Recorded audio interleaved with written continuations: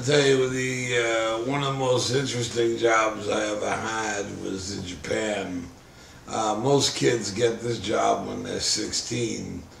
I had a high rate, and this woman booked a session for her son, who was 17, and I was to watch him for 2 hours. So I was just, all I had to do was babysit him. They didn't want a reading, they didn't want anything. They wanted me to spend 2 hours with this kid.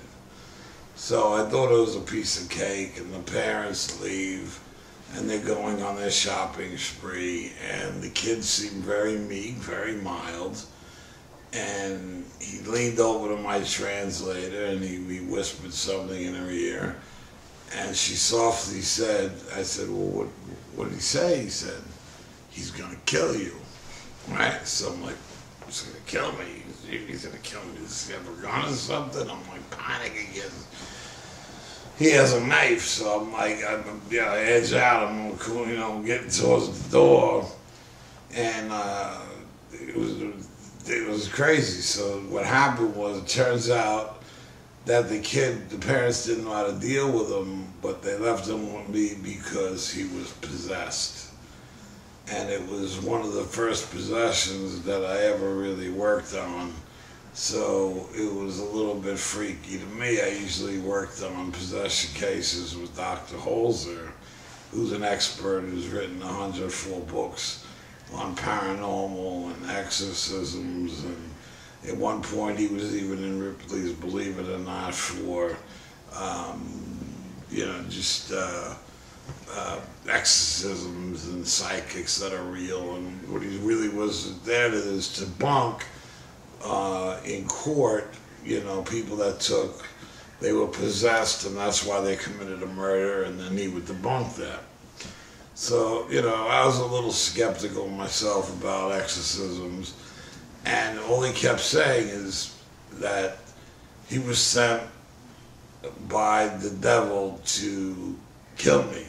And I was like, it was the craziest thing I ever heard, but he said it in such a soft, scary voice that the translator followed suit, and every time he'd say something, she'd go, he's gonna cut your throat. And I'm like, it's crazy, he's gonna cut my throat. And I'm like, so I start to, get a little, out of joint, and I'm starting to talk to the spirit, and he started to speak in a completely different voice. And as a matter of fact, he started speaking in English, and from what I understood, he didn't speak any English. So what happened was, he just was interested in, basically, he was there to kill me, and that was it. So after 2 hours back and forth, I tried to help this kid to realize that his spirit has crossed over. I got him to tell me that he was hit by,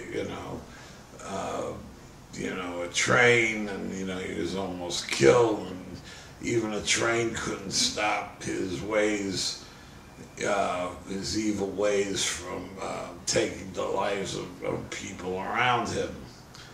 So the parents, basically after 2 hours, the parents came back and picked them up like it was, a walk in the park. And they said, thank you very much. And they walked out the door, and he turned around, he looked at me, and there were no whites in his eyes. And he looked at me and he said, I'm going to kill you. And that was one of the freakiest jobs I ever had as a babysitter.